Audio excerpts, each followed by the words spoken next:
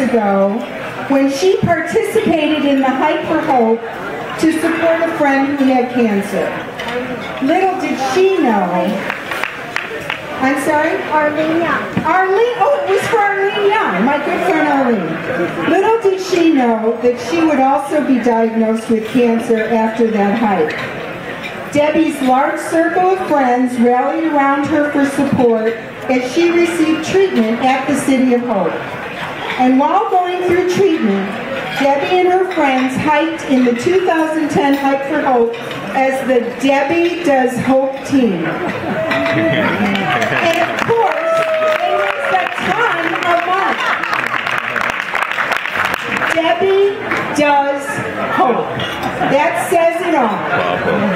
Rarely do we see anyone go through a scary, life-threatening diagnosis with the grace, spunk, and tenacity of a Debbie Green.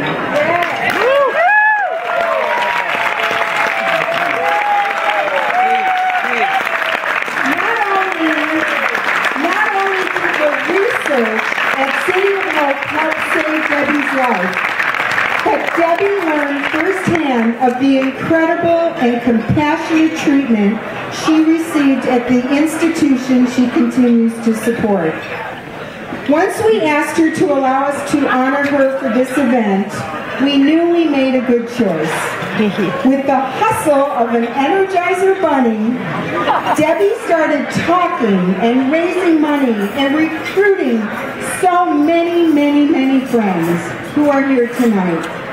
Debbie's enthusiasm and courage have given all of us what we need the most: inspiration.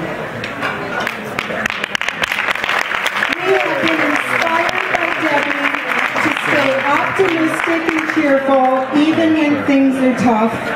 We're inspired by Debbie's zest for life and enthusiasm and passion for the things she believes in. We're inspired by her friendship and her kind heart. And like so many here tonight, I am proud to call her my friend. It's our extreme honor to present the star of this evening, our Spirit of Hope, Debbie Green.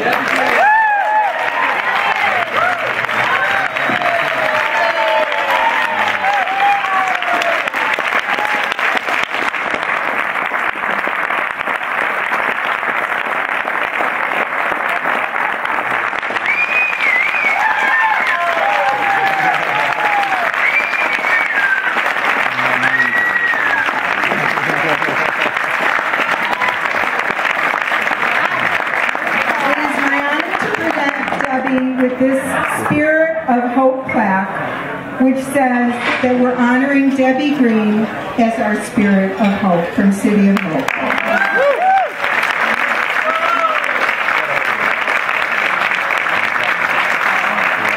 Okay, sit down. Sit down, everybody. I promise I won't talk long because we're going to dance the night away and have a great time. I've always considered myself a very lucky girl. Lucky to live in this beautiful community. Lucky to have met my wonderful husband, Lenny, 25 years ago. Lucky to have always been in very good health. But I've never been luckier than I was this last year. Exactly 1 year ago this month, a phone call came that turned my world upside down. You see, I found a little lump right in front of my ear while washing my face, and the ENT doctor decided to do a needle biopsy. Up until then, my entire health history consisted of a childhood tonsillectomy, a tennis elbow, and a much-needed prescription for hormones. So when the doctor called and said I had non-Hodgkin's lymphoma, I was absolutely shocked. Dr. David Kaminsky, a local pathologist and also a friend, urged me to go to City of Hope. You see, his wife had been a patient there, and he was very impressed with the facility, not only as a doctor, but as the husband of a patient. A week later, I was at City of Hope getting treatment. Being one of only 48 nationally designated cancer institutes in the United States, City of Hope is an amazing place. Everything's under one roof. There's no waiting, long periods of time between doctor's appointments. There's no waiting with terrible anxiety to get the results of your tests. At City of Hope, everything happens at a breakneck speed. All of the specialists work together as a team. And as you can imagine, the anxiety of waiting is awful. So together, they get you results right away. In fact, when I had a question, it was really simple. Modern technology, you guys, I would email them. And right away, because they all walk around with their BlackBerries, I get answers to my questions.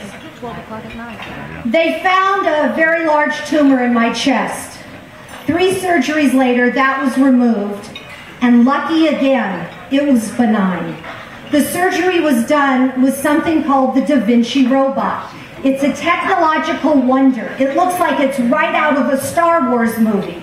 And it was only available to me because I was at City of Hope. A 4th surgery removed the cancer in front of my face, and then I was ready for my chemotherapy. The City of Hope said it would be easier if I had my chemo here in the desert. So they organized the whole thing. They got a local oncologist. They prescribed a dose of chemo, and I had my chemo here in the desert. They monitored everything. In fact, one night, when I really didn't feel very good, at about midnight, I called the City of Hope, and the triage nurse picked up the phone, talked to me for 45 minutes until I was feeling better. The next morning, not only did I get a call from both my City of Hope doctors, but I got a call from that triage nurse saying, "I'm about to go off shift. Do you feel any better?" That's an amazing level of care.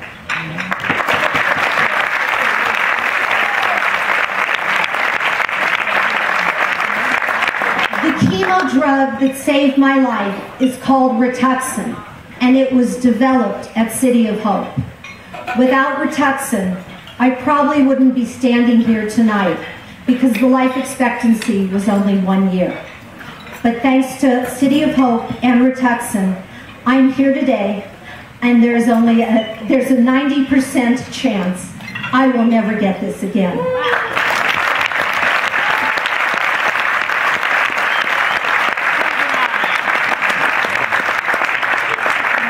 I want to thank you all for coming and for supporting City of Hope. It means so much to me and for any of you or your families who are ever touched by this.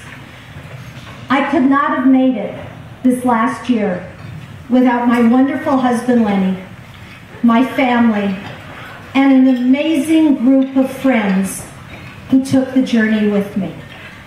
The phone calls, the emails, the home-cooked meals, the rides back and forth to the hospital, the chemo parties at the end of every round of chemotherapy. All of that means more to me than you'll ever know. I look around this room tonight, and I know I truly am the luckiest girl in the world. Thank you.